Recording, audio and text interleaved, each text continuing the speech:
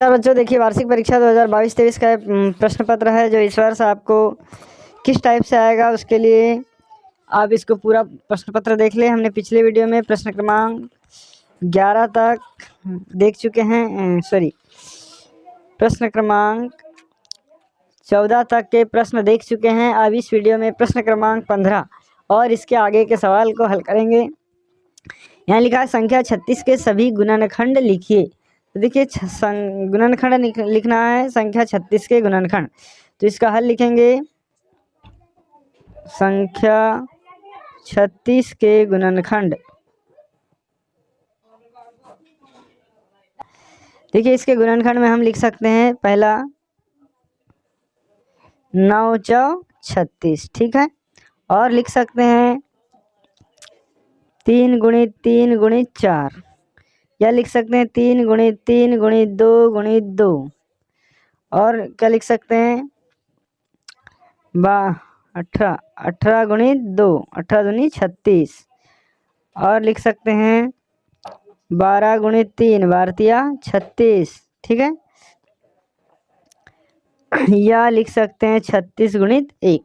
इस तरीके से फ्रेंड्स इसके सभी गुणनखंड हम लिख सकते हैं। तो ये इतने सारे इसके गुणनखंड है। इसके बाद अगला क्वेश्चन देख लीजिए। अगला प्रश्न लिखा हुआ है कि निम्नांकित जादुई वर्ग को 46 से 54 तक की संख्याओं से इस प्रकार भरिए कि प्रत्येक पंक्ति का योग 150 हो। 46 से 54 तक की संख्या यहाँ पर भरना है और प्रत्येक पंक्ति, इस तरीके से पंक्ति का योग कितना होना चाहिए, 150 होना चाहिए। तो फ्रेंड्स इसको इस तरीके से भरेंगे। देखिए यहाँ पर पहले कॉलम में 48 आ जाएगा, ठीक है। 48, फिर 52 और फिर 49, तीनों को जोड़ेंगे तो ये हो जाता है 150। फिर ये 46 है, फिर यहाँ 54 और इसमें 50, तो ये हो जाएगा 150। इस कॉलम में भर देंगे 54, फिर यहाँ 49 और ये 47 दिया हुआ है, इन तीनों को जोड़ोगे तो हो जाएगा 150, ठीक है। इस तरीके से ये सभी कॉलम को आपको भरना। इसके बाद देखिए अगला क्वेश्चन दिया हुआ है हमारे पास, 5 रुपए में 50 पैसे के कितने सिक्के होते हैं। तो 5 रुपए में 50 पैसे के सिक्के पूछा है। तो देखिए 1 रुपए में 50 पैसे के कितने सिक्के होते हैं, के सिक्के 2 होते हैं, ठीक है। 1 रुपए में कितने होते हैं, 2 होते हैं। 1 रुपए में 2 सिक्के होते हैं, इसीलिए 5 रुपए में होंगे, 5 रुपए में कितने होंगे, 2 गुणित 5, ठीक है। तो ये 10 सिक्के होंगे। आंसर 5 रुपए में 10 सिक्के होंगे 50 पैसे के। अगला क्वेश्चन देखते हैं, प्रश्न क्रमांक 18। देखिए प्रश्न 18 में दिया हुआ है कि अपने आसपास की ऐसी 3 वस्तुओं के नाम लिखिए जो घन जैसी दिखती है। घन कैसी आकृति होती है, ऐसी त्रिविमीय आकृति जिसकी सभी फलके बराबर बराबर लंबाई की होती है, उसको हम क्या बोलते हैं, घन बोलते हैं, ठीक है। तो यहाँ पर देखिए आप, घन की आकृति इस तरीके से होगी। देखिए सभी फलके की लंबाई चौड़ाई ऊंचाई क्या होती है, बराबर बराबर होती है, उसको हम घन कहते हैं, ठीक है। इस तरीके की आकृति होती है घन।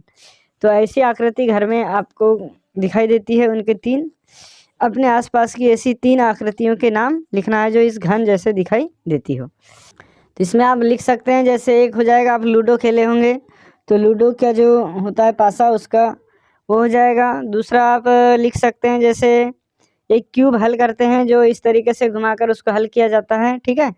तो क्यूब। और तीसरी आकृति हो जाएगी, ठीक है। इसके बाद नेक्स्ट क्वेश्चन देखते हैं। नेक्स्ट क्वेश्चन में प्रश्न क्या लिखा हुआ है कि 498 को 13 से भाग दीजिए और उत्तर की जांच बीजांक विधि से कीजिए। तो 13 का भाग देना है हमको। तो देखिए फ्रेंड्स यहाँ पर 498 में भाग देंगे 13 का, ठीक है। तो 13 39, बच गया 6, उतार लाए 8, फिर 13 5 65, 3 ए शेष फल बचा, ठीक है। नेक्स्ट क्वेश्चन, एक आयत जिसकी लंबाई 12 सेंटीमीटर और चौड़ाई 8 सेंटीमीटर है, इस आयत को पूरा ढकने के लिए 4 वर्ग सेंटीमीटर के कितने डाक टिकटों की जरूरत पड़ेगी।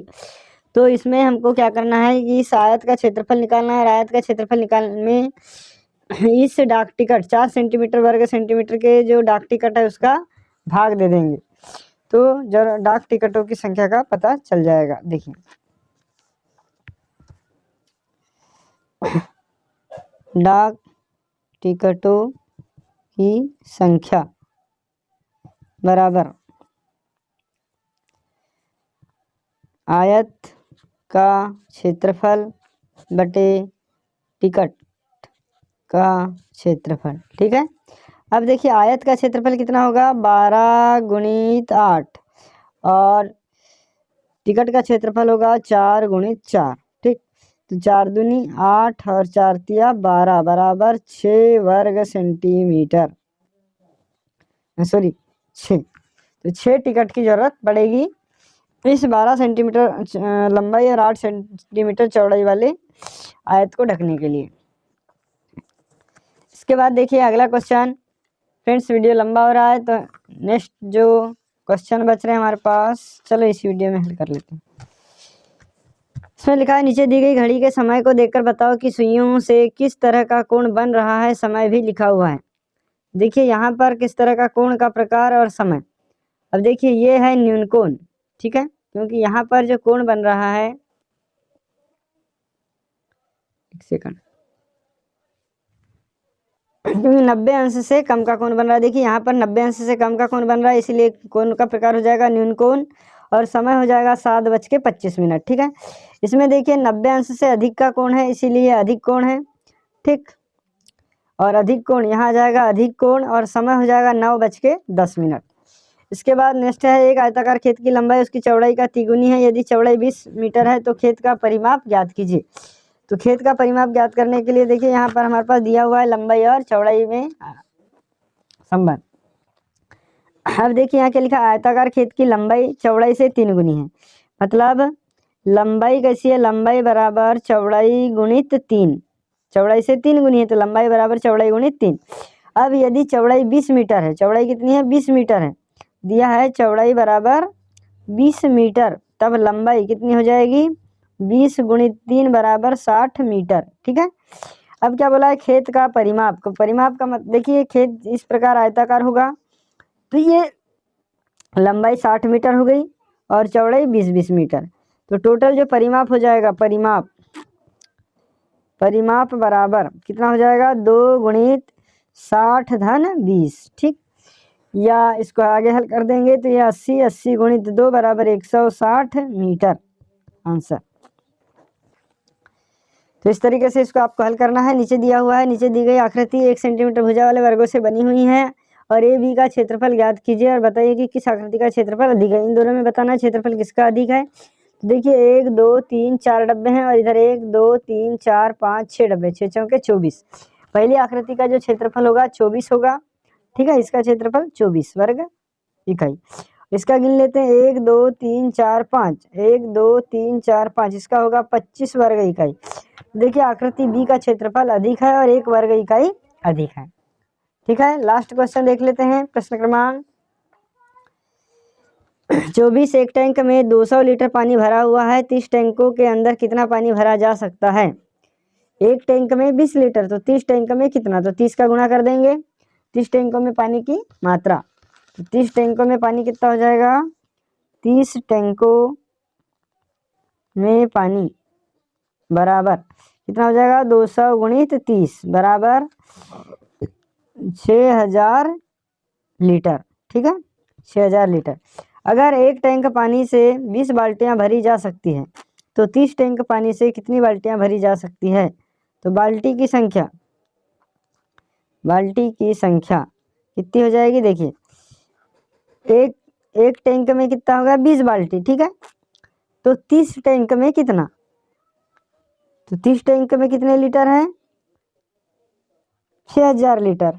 ठीक है, तो यहाँ पर हम भाग दे देंगे 20 का, सॉरी ठीक है क्या लिखा है एक टैंक बराबर 20 बाल्टी। ठीक है, तो 30 टैंक बराबर हो जाएगा 20 गुणित 30 बाल्टी। ठीक, तो ये हो जाएगा 600 बाल्टी, मतलब कुल मिलाकर 600 बाल्टियां भरी जा सकती हैं। तो बच्चों इस तरीके से कक्षा 5वीं का गणित का पेपर संपूर्ण हल हुआ। वीडियो अच्छा लगे तो प्लीज़ लाइक कर ले, चैनल को सब्सक्राइब करें और बेल आइकन घंटी को जरूर प्रेस कर दें। पर 20 बाल्टी, ठीक है, तो 30 टैंक बराबर हो जाएगा 20 गुणित 30 बाल्टी। ठीक, तो ये हो जाएगा 600 बाल्टी, मतलब कुल मिलाकर 600 बाल्टियां भरी जा सकती हैं। तो बच्चों इस तरीके से कक्षा 5वीं का गणित का पेपर संपूर्ण हल हुआ। वीडियो अच्छा लगे तो प्लीज़ लाइक कर ले, चैनल को सब्सक्राइब करें और बेल आइकन घंटी को जरूर प्रेस कर दें।